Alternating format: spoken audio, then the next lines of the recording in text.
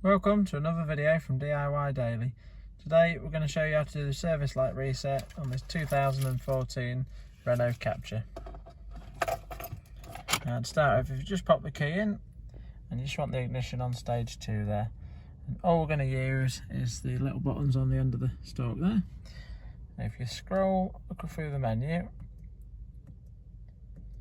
going to get to where it says service intervals. Once on service intervals, press and hold the down button.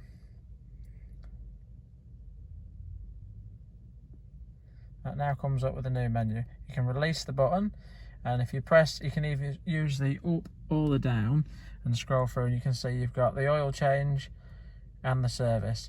I've just reset these, but I'm just going to do it again just to show you how it's done. So say we want to set the oil, we'll go up to the oil and then we'll press and hold the down button on the stalk.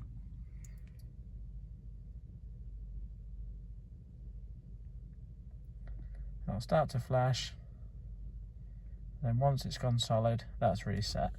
And then you'll again scroll onto the service and press and hold the down button again.